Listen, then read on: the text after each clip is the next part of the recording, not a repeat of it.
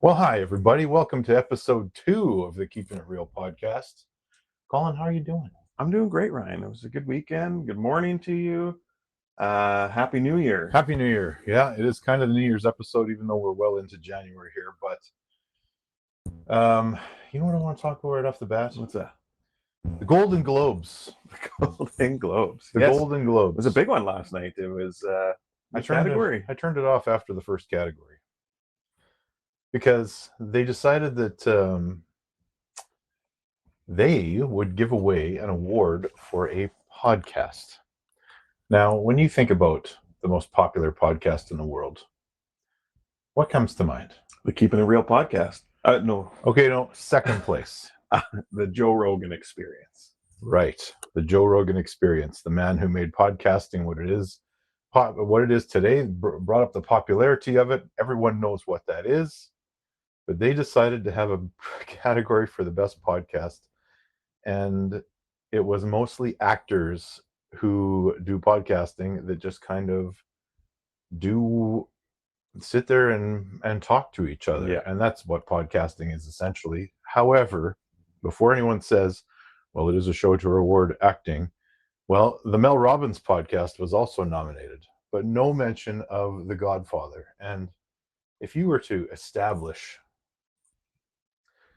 let's use hockey for an example. If there was no Hockey Hall of Fame and you were to say, we're going to make one and we're going to start it off, but we're just going to leave Wayne Gretzky out of it for Exactly. That's my analogy of it. I mean, maybe someday we'll be lucky enough to be. No, we won't. But, No, we're a regional podcast. But maybe one day. The fact that they leave out the most popular podcast on the planet. In fact, currently the top 2 most popular podcasts on the planet. I hadn't even heard of the first one. What's the first one? I don't remember what it was. Okay. I did some research today, and it was mentioned. And JRE was actually number 2 now. But the fact that they would leave those off the nomination list is weird. And I get it that, it's political in a sense where, Joe Rogan has such a following that he may have influenced the outcome of the last U.S. presidential election. Right. And maybe many people don't agree with his views. But if you're going to have a legitimate awards show, you better give away legitimate awards. Yeah. And with Joe Rogan too, like I listen to him all the time, and what sets him apart, not only is he kind of the godfather, but what sets him apart from every other podcast is he does 3-hour podcasts where everyone else averages half an hour to an hour on average. He does 3 hours, and 3 hours of having a conversation. And as a listener, 3 hours is a commitment, but I listen to his entire podcast from start to finish. And that's hard to do, to keep someone's attention for 3 hours. Yes. And I will add in that I listen to them, but I listen to them on 1.3 or 1.4 times speed. And related to that, I was at a neurologist appointment with my wife, and this guy talks so fast. And her mother was there, and they're like, did you get any of that? And I was like, yeah, I've been training for this for years just by listening to podcasts so fast. I got all of it. That's good. So it's our New Year's episode. This is the New Year's episode. Yes, New Year resolution. So we did not have any listener input this week. I was really hoping that our listener from last week had an interesting story to tell, but I did not hear from him. So other than he did say he watched episode 1 and he was a big fan. So that's great. And we have a couple hundred views, which is pretty good. Yeah. The old podcast in comparison. Yeah. Yeah. Well, I'm sure we'll hear about it at the council. No, maybe we won't. Yeah, maybe. Maybe not. So speaking of New Year's, do you remember Y2K? I sure do. Yes. And so for those of you who are 25 years and younger, you weren't even around. You were just a twinkle in your daddy's eye at that point in time. Even 35 and under, you may not quite remember it, but Y2K happened at the turn of the century from 1999 to 2000. And there was a worldwide panic because all computer programs had been set to a 2-digit year date, which at the time saved a fair bit of memory in computers because they just weren't as advanced as they were now.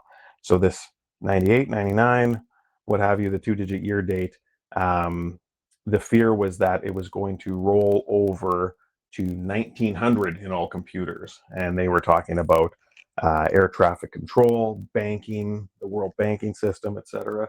And so there was some mitigation put into place, but at the end of the day, the clock rolled over from 99 to 2000 and nothing happened. Well, it's interesting because, yeah, I worked in corrections at the time, and I also worked in a nightclub at the time, and we were expecting, well, some of us were expecting the lights to just go out Right. at midnight, not taking into account that the previous morning, Australia hit midnight, and we were waiting for, nobody was really paying attention to what happened over there. Right. Nor were they paying attention to the time zones across Canada when this had no impact whatsoever. What did you do for that turn of the millennium New Year's? Do you remember where you were? I think I was sitting in Sociables nightclub doing security, Okay. but I might have actually been on a night shift at Agassiz. I remember sitting there waiting for it, but then nothing happened. Interesting. I was 17 at the time, so I was at a party with apple juice, Shirley Temples, and Dr. Pepper. That sounds about right. Yeah. Yeah. And Popeye's cigarettes. And Popeye cigarettes. Yeah. Because I was a good boy. Yeah. No, none of that stuff. What's your New Year's resolution, Colin? You know, I have made New Year's resolutions in the past, and I never stick to them. I'm one of the January 10th guys, where you make the resolution, you've broken it by the time January 10th rolls around. So I don't really make resolutions. I do set goals for myself for the year. You know, some of my goals that I can share with everyone is obviously from a real estate aspect, I want to sell some more houses, get some more listings, you know, it kind of expand the brand that is Colin Doyle.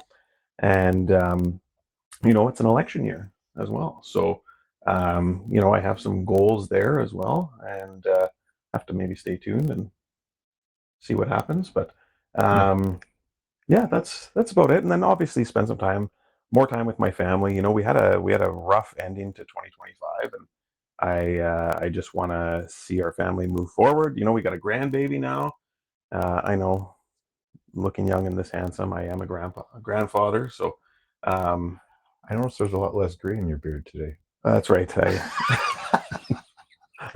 tried to pluck a few, but I got bored. But no, you know, just my goals are similar every year, and it's just to expand on what I'm currently doing, plus make sure I make time for family in there as well, because that's important. What about yourself? Well, you know what? I'm a goal setter too.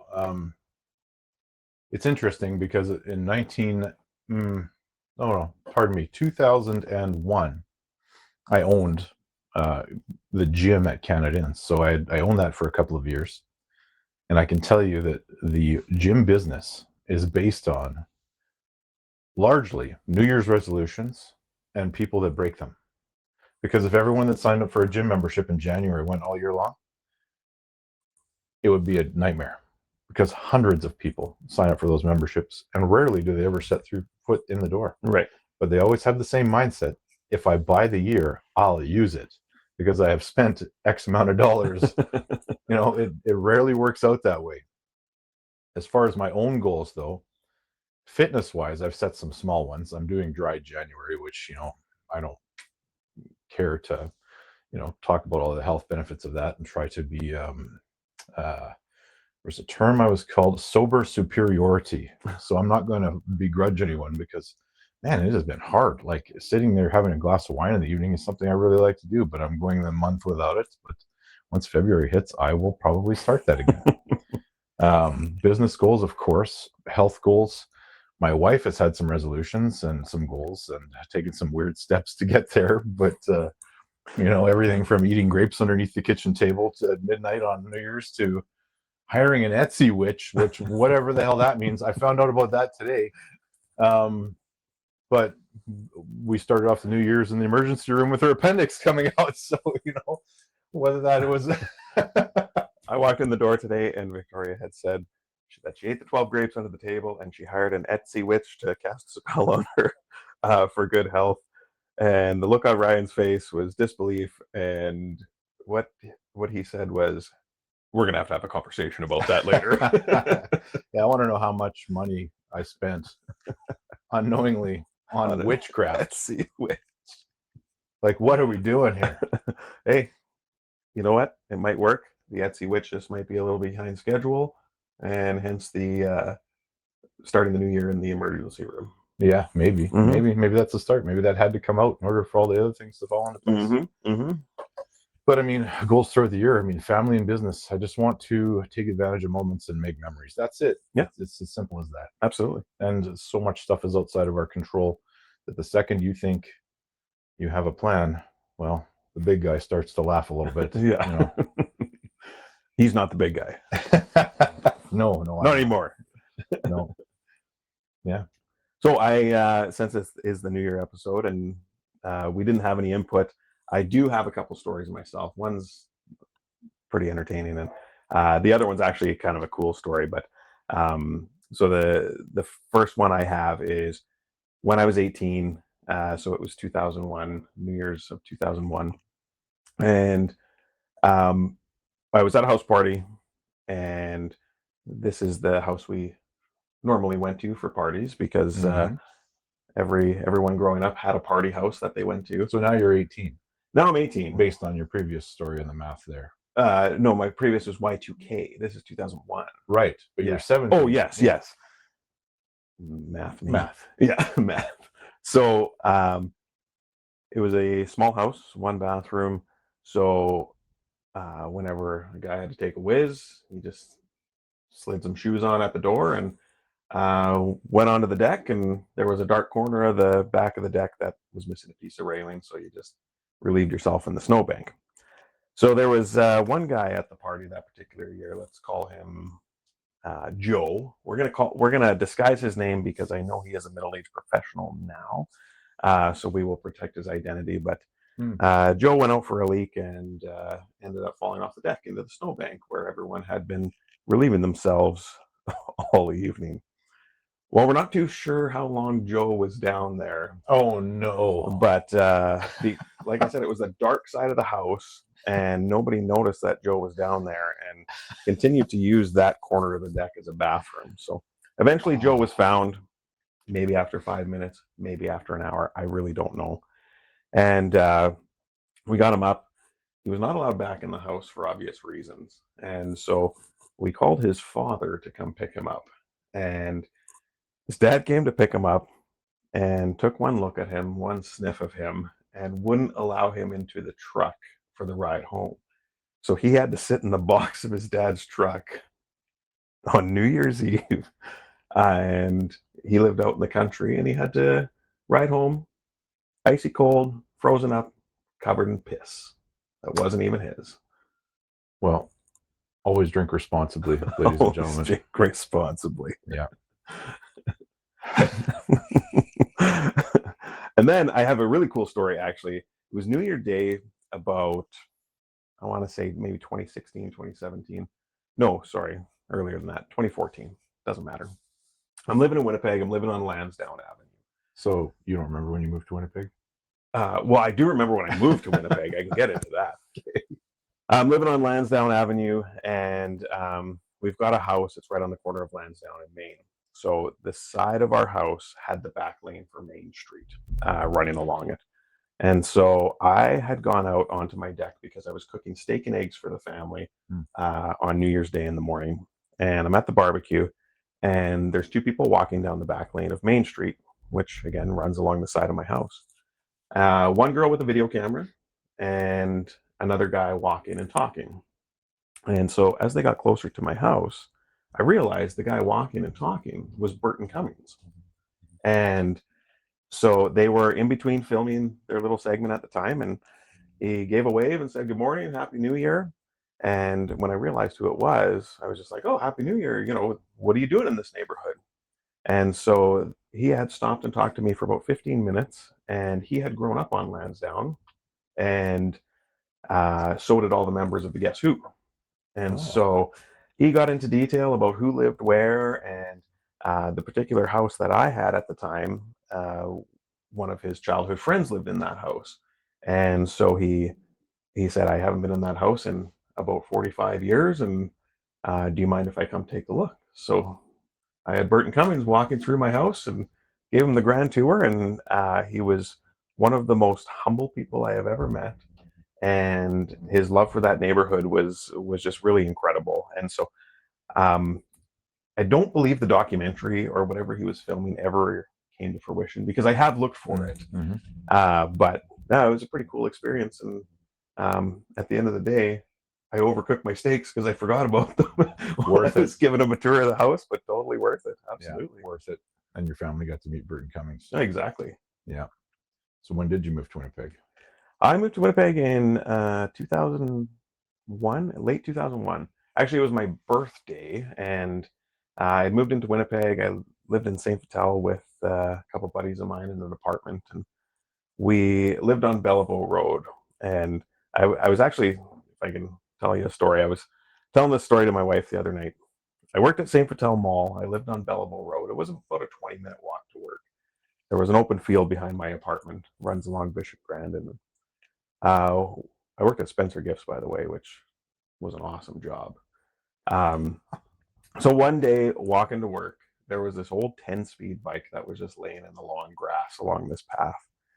And so I picked it up and I rode it to work, because obviously it had been abandoned, and rode it to work, and that was my mode of transportation for the weeks that followed. So Oh no. I named the bike Bullet because it was fast. I don't know why I named it Bullet, but I would take this bike to work every day.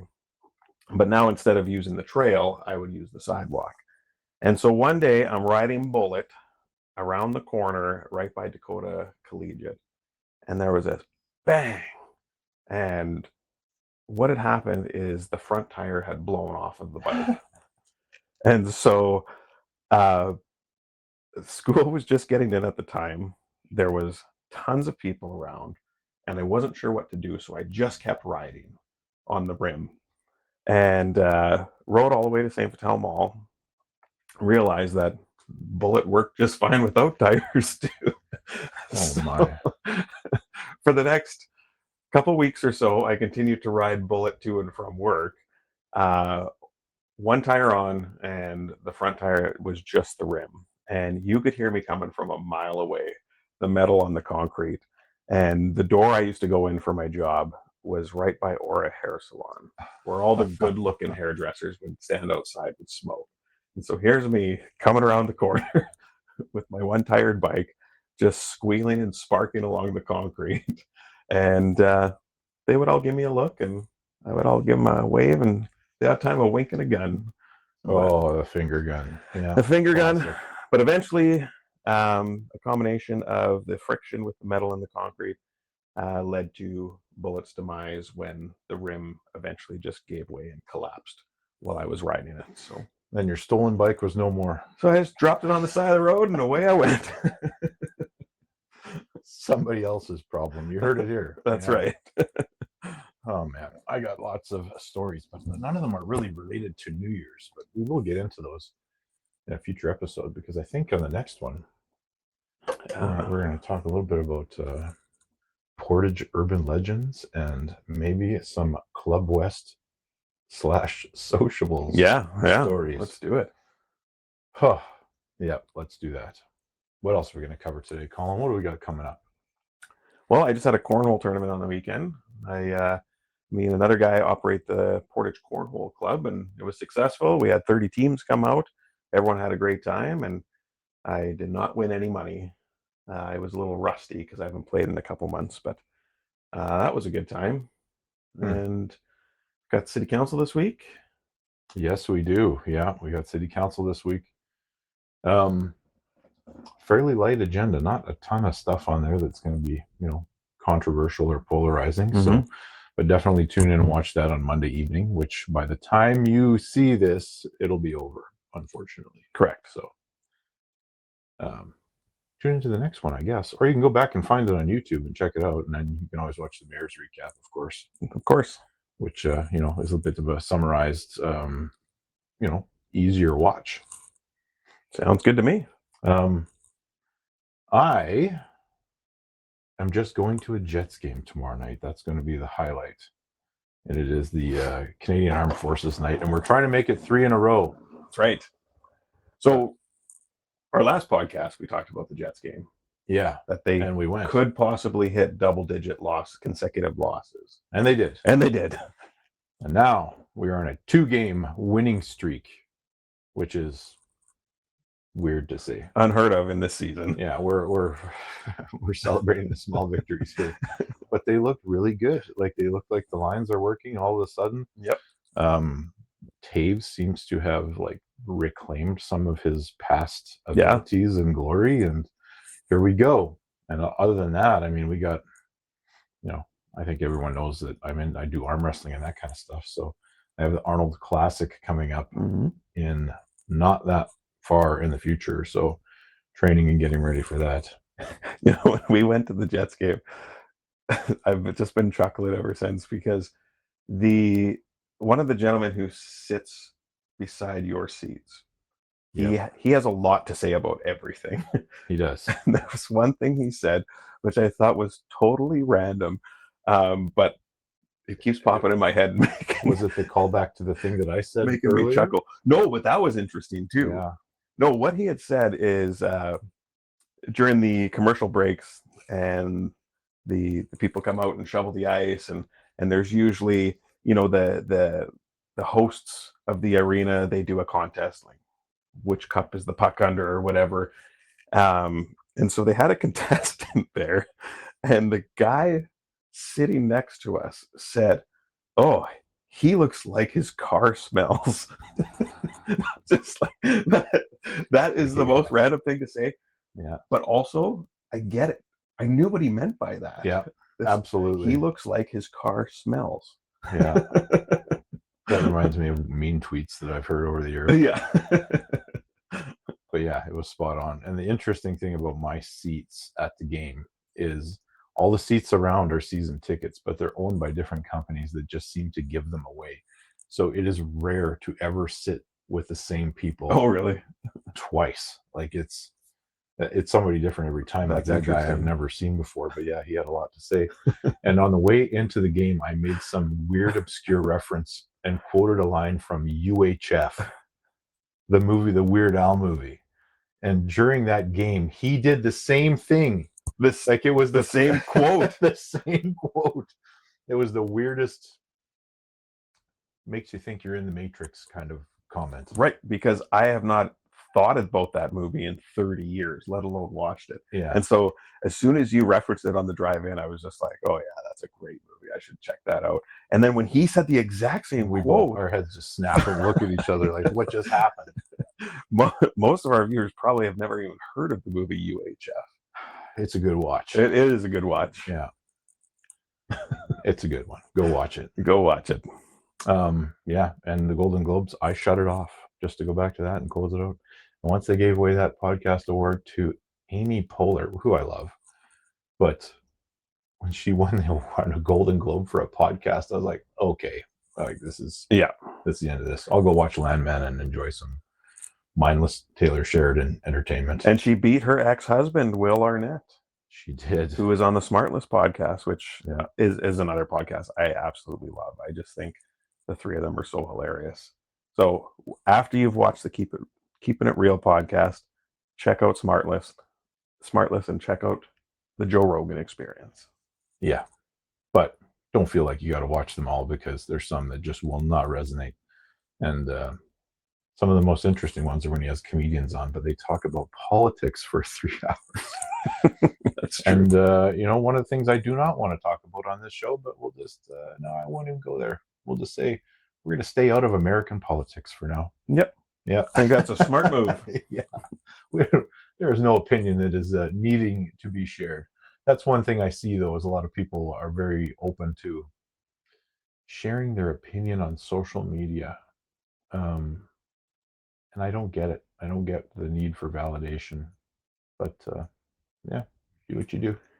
And I want to just give a quick shout out to my pal Christian from Baltimore, who I know is watching. He sent me a message after our first episode was released, and he said he loved it, and to make sure I let him know when each one has been posted. So, Christian from Baltimore, thanks for watching. We're going to stay out of your politics. Yeah. And the arm wrestling community from around the world, I know that you are. There's a lot of you that will check this out. I hope you watch this long. And if you guys have any content ideas, or next time we're going to be talking about Portage urban legends and stories. So please, please, please give us some direction on that. Yeah, absolutely. We always welcome viewer, listener content. And the idea behind this is to have you help us make this podcast. So there is no story too big, too small, too exciting, too boring. Share them all with us. Yeah, we'll read them on here. Even if it is content or topic ideas, like Haunted Portage is one that could be a good one too, because there's some stories there. A lot of mine are from, the Portage Hotel, which is just a memory now. But yeah, just an empty lot. It's an empty lot with lots of big plants. Yep. All right, is this us? This is us. This is us signing off. Keep it real. I don't know, what did I say last time? Until next time. So long, everybody.